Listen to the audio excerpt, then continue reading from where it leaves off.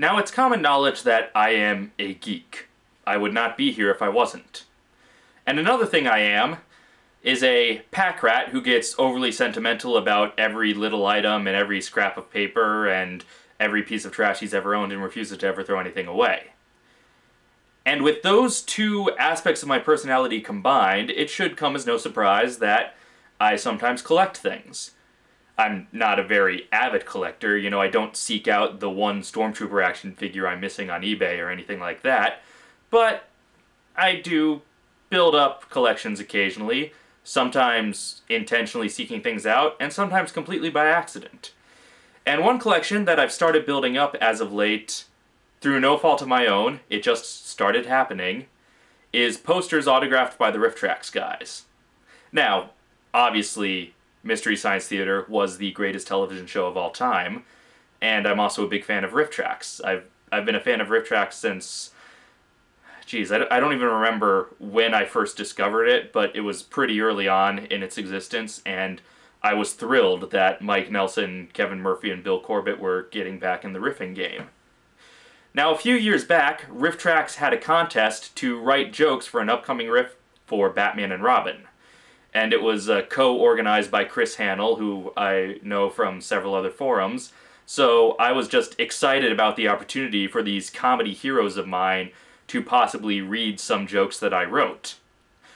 Of course, then I actually had to watch Batman and Robin over and over to write jokes, which did horrible things to my brain, my self-esteem, my soul, my general outlook on humanity. But it was all worth it to hear 7 jokes, I think, that my brother and I got in the script, read by Mike, Kevin, and Bill, and to all the writers, they sent out posters for the Batman and Robin riff. Now, as you saw if you keep up with my vlogs regularly, I went to Woodstock in Boston on Halloween, where Kevin Murphy and Bill Corbett were co-hosting, replacing Will Wheaton for the night.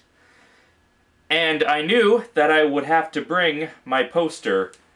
I knew that I couldn't let the opportunity to have Kevin and Bill sign this poster slip me by. So, you'll see, here's Bill's autograph, here's Kevin's autograph.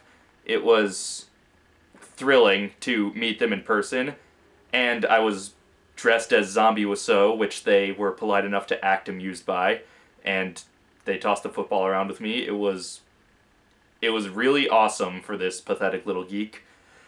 And while I was there, I bought some stuff at the merch table, which meant I also got the Woodstock poster, which also got signed by Bill and Kevin, among everyone else who was there, such as Paul and Storm, Adam Savage, Grant Imahara, Mark Abrams, Marion Call. This is sort of a geek power surge of autographs, and it was very exciting.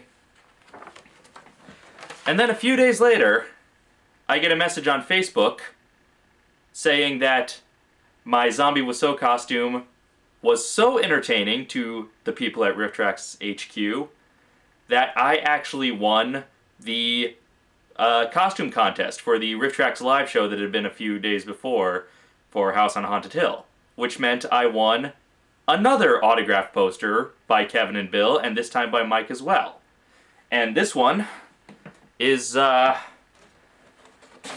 little bigger than the others, but you can start to see it here. It's the autographs are all on there somewhere.